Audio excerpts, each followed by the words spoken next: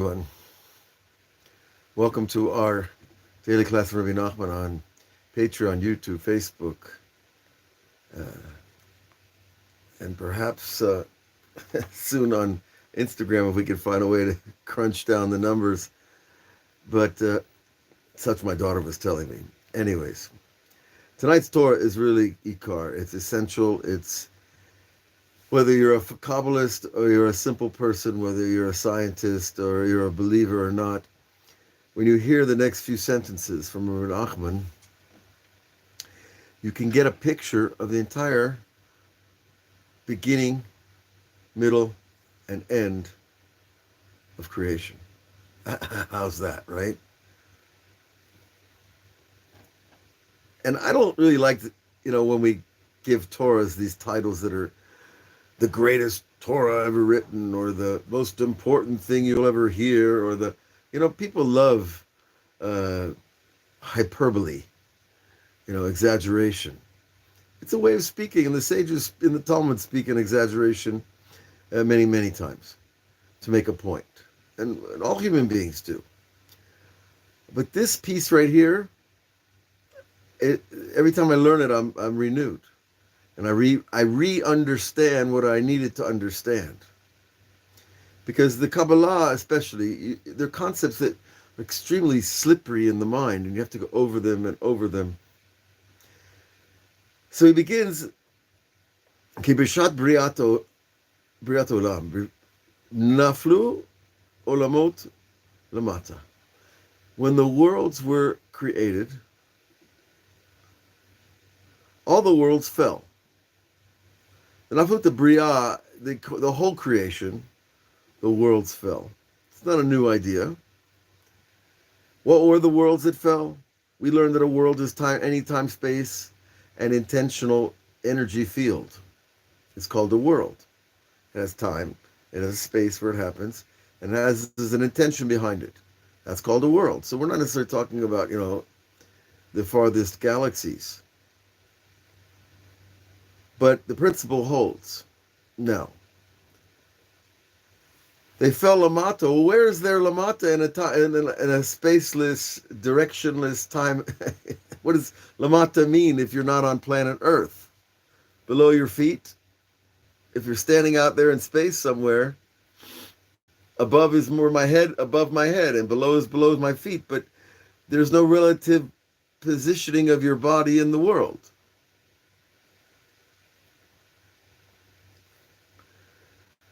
So what it means, below and above, of course, means closer to Hashem is above, and farther from Hashem is below. Va'olamot hemotiot, and the worlds are letters. Letters. They have shapes, they have sounds, they have vibrational patterns, they have vowels, they have numbers. And they're made of other letters that are all combining energy fields. So the world is made of letters. And, I've heard people talking recently, someone was saying, well, everybody knows the world is all energy. That's exactly, basically what the Kabbalah, what R Nachman is saying here. It's just that we're more precise with the Kabbalah, or I should say the Kabbalah is more precise with us, telling us that these energies with a capital E equals MC squared, the energies are these letters. Letters represent energy fields. So it's not the actual letters you see on the page, it's the letters that God used to create creation. And the metaphor, speech is a metaphor for creation, just like your mouth and your lungs and your trachea and all the organs in your throat and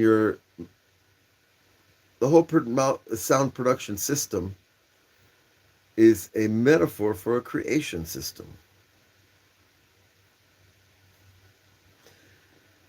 So these letters are the worlds that fell. All the letters were by Hashem, bound together in God's eternal oneness.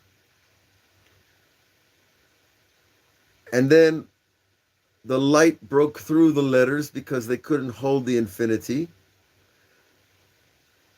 V'nitpazru lekama nitzotzot, and they were spread out in many, many sparks. Sparks being pieces of letters. Is one way to phrase it. And through the elevation of the desire towards God that we call the Mayim Nukvim, humanity's resurgent desire for God, that's what Mayim Nukvim is, this feminine waters, that come through the vessels of the letters of Torah and prayer. Those fallen letters come back together. It's like the universe is like this giant, you buy a puzzle in a box at the store, the toy store, and you can't wait to get home to open it. Imagine the whole creation is this giant box of letters of God's energy fields as he created them. And once they got too much of the infinite light, they broke and they fell. And then man comes along with our Torah and prayer, which are letters also, and we restructure the universe according to Torah and prayer. And that's our speech, Torah and prayer. And so we're rebuilding the world over and over every time we pray, especially with the Kabbalistic Siddur, with the prayer books that teach us these things in more detail. So every person who prays and learns Torah out loud in their speech, when they do so, they're rebuilding that original fall. Naseh tzeruf me'od nitzotzot, and combinations are made between the sparks that were in those pieces, or are in those pieces of the letters. And if you look at Hebrew very closely, you'll see that all the letters have a little yud in them, or a vav, or a kaf. Certain basic shapes are found in all the letters. So these combinations of the sparks, Naaseh Olam, they recreate a world. The world fell, they broke into pieces. Man prays and learns them in his speech back up to Hashem. And they become a new world. V'zeu natati shalom ba'aretz. And this is the idea God said, I gave peace to the land. In other words, there was not peace before God gave it, obviously. And the land was not peace is a symbol of chaos of matter. Because whenever we talk in Kabbalah about Shamayim va'aretz, we're not talking about simply the sky and the earth. We're talking about the physical and the spiritual. All earth, materiality, no matter how far away or great or it is or small, it's materiality. And that's called artziut. And all spiritual energy, it doesn't take up shape, it doesn't take up time, it doesn't take up space, as we know it, that's called Shemayim. So remember in the beginning of the story, the Aretz hayita tohu vavohu, the land was chaos and void. That's the pre-existing state of reality before God created man, the worlds fell, and then we bring them back up. From the materialism, the sparks would rise up and say shalom, and they would make peace. How do letters make peace? What is this, a new peace conference in the Middle East? No, letters make peace by finding their place in words that create meanings, and the meanings create more precise energy field material from which a human mind can take the meaning and extrapolate things like, oh, this person is dangerous. Oh, this person loves me. Oh, this material might make a great atom bomb. And this material, I could drink it from the sky and heal the world. And now this idea You see, you have to follow Rabbi Nachman. We've only gone 4 or 5 lines, and these are not long lines. And Rabbi Nachman has linked together this whole picture of creation's fall and restoration.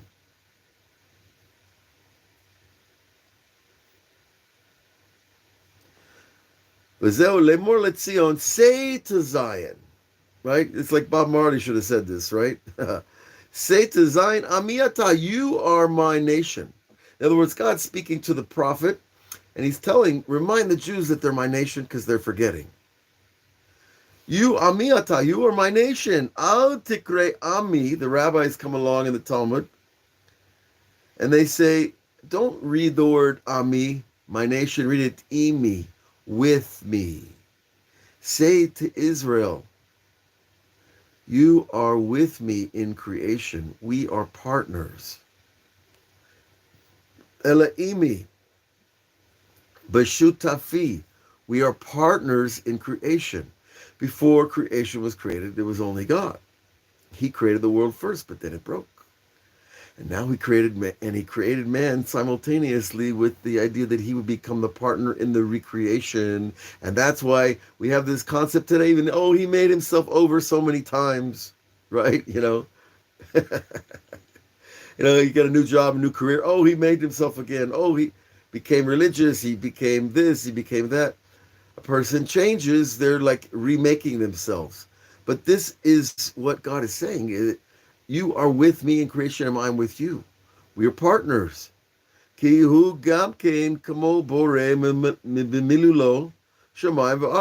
God also in his words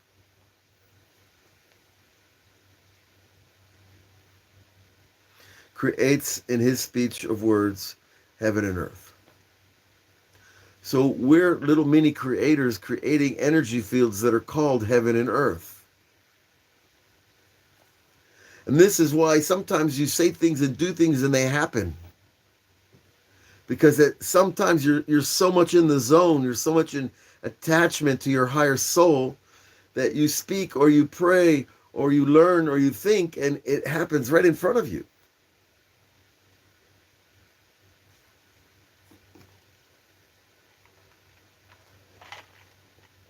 In this aspect, the Rebbe says, Naseh b'chol yom. Every day this is happening. This whole pattern. Ad biat Mashiach, until this legendary, mythical, real, Kabbalistically inspired spirit enters a certain person in many, many generations. Mashiach is a multi-generational concept, a soul that keeps coming back. So don't get stuck on the personality like some people do and some religions do. But we're understanding here that this whole process of the fall of the world, the lifting of the world, the fall, lifting every day, it's happening. It's a replay of creation. Until Mashiach comes, and then we're going to enter a new stage. It's not going to have the same fall and the same rise. Of course, the obvious question, well, what's there going to be? We're not going to have prayer books with the Kabbalistic intonations and teachings that are guiding the prayer that help us create these worlds each day. We're not going to need that. Something else is going to be created each day. Maybe there's no longer going to be days like we understand days. Let's see.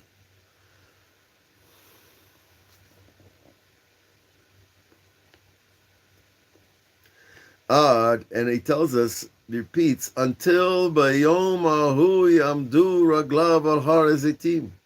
Until the verse is fulfilled on that day, on that day, his legs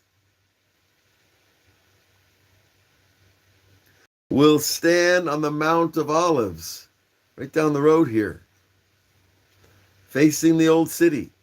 His legs will stand on the Mount of Olives, Shehu Bechinat Raglin, because this whole idea of the Mashiach is the idea of the legs that hold up everything else.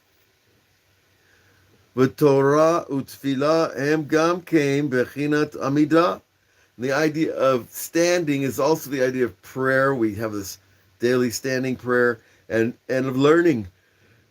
And in the ancient days, people only learned standing up. And it's a very healthy thing, by the way. And you think better on your feet, as they used to say.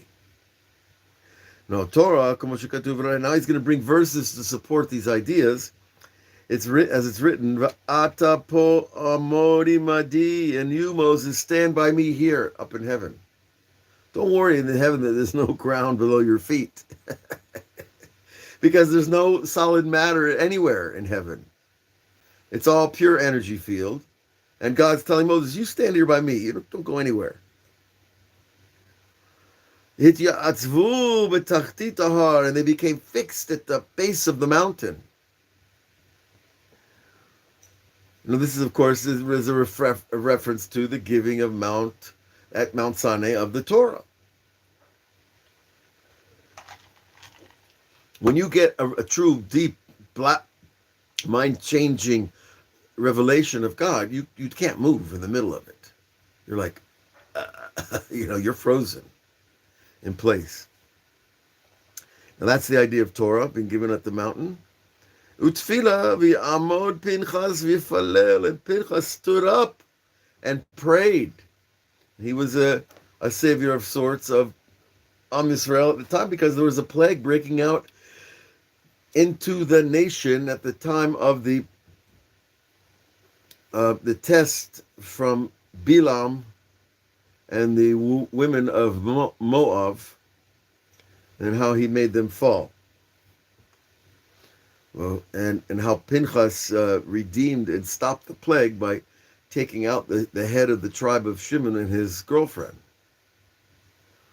And this is the idea of the legs again, the idea of standing. Through this idea of legs of Torah, legs of Tefillah, nitkarvu bechinat ve'amdu raglav al har zeitim. These two aspects of prayer and standing come together in their greatest fruition or completion of expression with the idea of Mashiach standing on the Mount of Olives. As it is written, Tzedek lefanav yahalech, righteousness will go before him. But tzedek, and this idea of justice and righteousness, who Torah utfilah, this is also in Torah and prayer. As it is written, tzedek tidabrerun, speak justice and righteousness. V'zeh perush shuta dianuka v'shoka de abba avua u'de'ima. Very interesting. So this is that Aramaic phrase from the Zohar. From the Masechet Sukkah.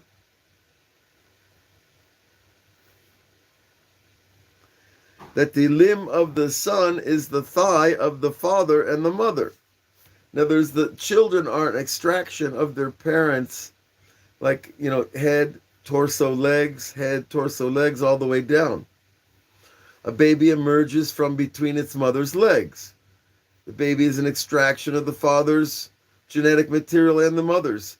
They're expressed down the chain of souls for thousands of years. U'bedavar Hashem shamayim nasu, and in God's word, the heavens were made. Don't look for theories. Now, these ideas of theories of the beginning of creation, there's many of them. It's been fashionable since before Einstein, over 120 years. This modern physics and postmodern physics and quantum physics. But, all those things seek to disconnect God from the story. Now, they have an agenda to do that because they can't deal with the God concept in the scientific formulas. It's okay. But God created math that made the formulas. And God created the matter that they're trying to track. It's all good. And it's not a fight worth fighting, because there's no fight. Kabbalah is the original science, and all the other sciences are extracted from there. And therefore, these sparks, these pieces of these vibrational patterns we call letters, Shenaflu b'chol davar, that they fell into every single speck of creation. V'machal v'mishtei, in food and drink. V'lmavush, in our clothing. Because, of course, our clothing is only just made of other things that are created on the planet. V'hatanuk sheyesh min hadavar ma'achal v'mishtei. And the pleasure that there is from those foods and drinks. Hu hanitzotzot. So in other words, you bite into a nice tasty peach. And you say, oh, that's a nice peach. What the Rebbe is teaching here, and it's also in the Kabbalah, what you're tasting, the pleasure, not the taste itself of called peach taste, but the pleasure of the spark called peach is there in the taste. So when you taste a peach or any food, you get the taste in your mouth, but that strawberry or that pear, whatever it is, that chemical combination is still extracted from sparks of divine pleasure. And so the pleasure, because pleasure is not the thing, is not the taste, it's the experience of the pleasure you get from the taste.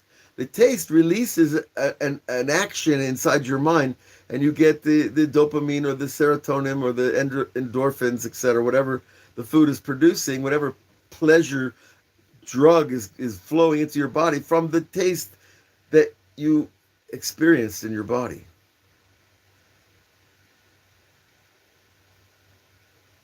So these sparks are these vibrations that are all the way on the top of creation. He repeats the idea. These sparks are these letters that broke. But before we send out a word in speech, or in Torah, or in Tefillah, before we say them, those letters are like blood that like runs through the body. The letters are running through us. And this is the idea of the lower soul, the body operating system, which is basically controlled by the blood. But remember, there's a spiritual body, there's a physical body. The spiritual body is the energy field that is attached to the physical body. And when we learn the basic structure of the soul of man, whether it's in Otzrot Chaim or in Shar Gilgulim or in other, or Eitz Chaim, you get the whole picture. You're learning about a spiritual body that is attached to the physical body. Now, you don't have to believe me. I'm only reading it from a book that was written by a man who wrote another book. And he got it from another book, and he got it from another book all the way back. But that's, after a while, you start to see, wow, a lot of people that know more than me believe it. There must be something to it. And you see it, things happening in your life that the world is really talking to us in various languages. However, for the people of more scientific bent, we can also understand if all matter is really energy, then the energy is delineated by its frequency, its rate of repetition, its breadth, its bandwidth, so to speak, its color. And already we see that energy really, if you slow it down, it will start to become more and more thick, if you will, until it can actually take on physical proportions. And that's the soul body dressed on the physical body. As it is written, Ki nefesh kol basar damo v'nafshohu, that the soul of all flesh is the blood in his soul. I'm not real happy with the way I translated that. It's a famous verse. It's 7 words, but it's a big. They should learn this 7-word verse in medical school. Ki nefesh kol basar, the soul of all flesh. Like we talked about, the body is flesh. The light body, which is the soul, attached to it. The soul of all flesh, damo benafshohu. That's the blood is the carrier of the soul through the body. The Zohar says it's like the breeze flows across a river and makes little ruffles in the water. So too the blood flows across the ruach, a person's spirit, flows across the blood in his veins. That's why sometimes your ruach is very calm and still. Sometimes it's very agitated, just like the wind on the river. And this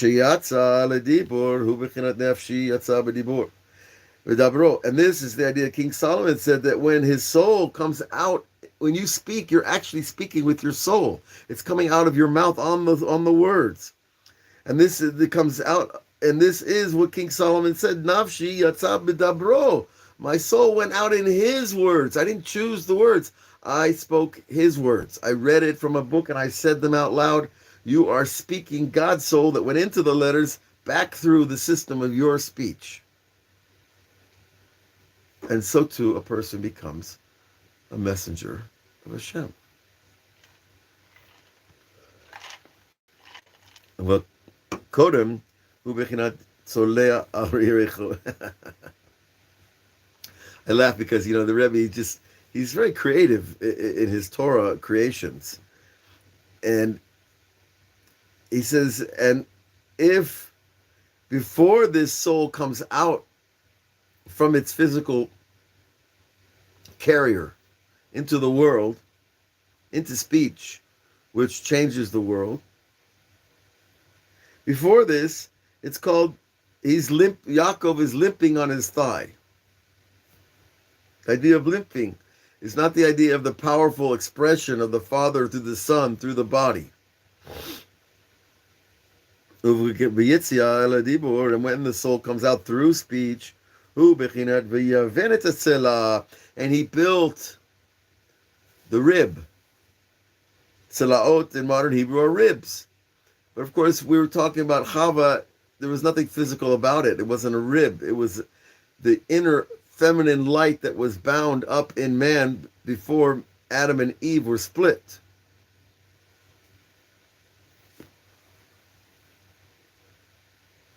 And this is the idea that God built the rib. Why? Those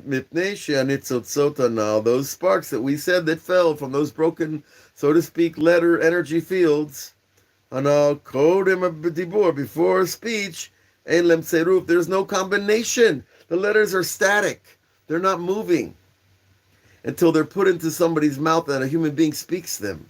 Words that have meaning. And this is the idea of the broken pieces of arguments. You ever listen to people argue? Most of the time they're not very cogent and thought through very well.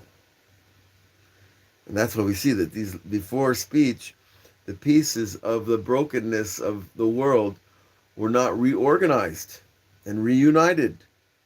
And that's the idea of being broken in pieces.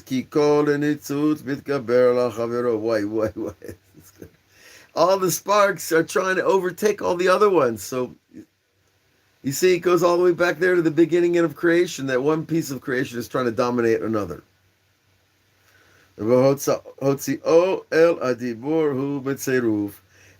we bring the letters and the words out in speech, that is the union of those fields called a word. A word is an energy field, because if I say I love you and you feel love, then you just received the energy field called love through the word.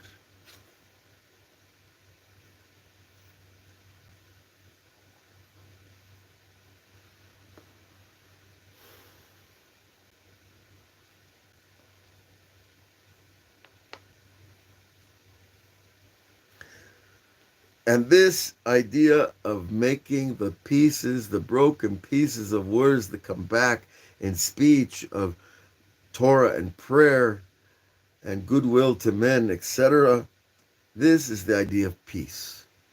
When the sparks have found their place in the holy mouth of a holy person, in the holy language of the Torah and the Tefillah. ונמצא שצריך ניצוצות הנ"ל לדבר בדברי Torah. Therefore, these sparks, they need to be spoken in Torah and Tefillah, ולא בדיבורים אחרים, and not in other speeches, lower talk. And I'm sure you're familiar with what I'm talking about there. וזהו פירוש הגמרא, this is what the Gemara is saying, Levi הטיח דברים כלפי מעלה ואסלה. Levi was a great sage, this time of the latter Talmud. And it says, he hitiach devarim klape mala, means literally threw words on the ceiling of heaven. In other words, he was not completely speaking in a way that was respectful of his status and position. And he was hurt by it. Itla. Shehu bechinat nitzolea al Yericho. This is the idea of Yaakov limping on his leg on the unperfected speech.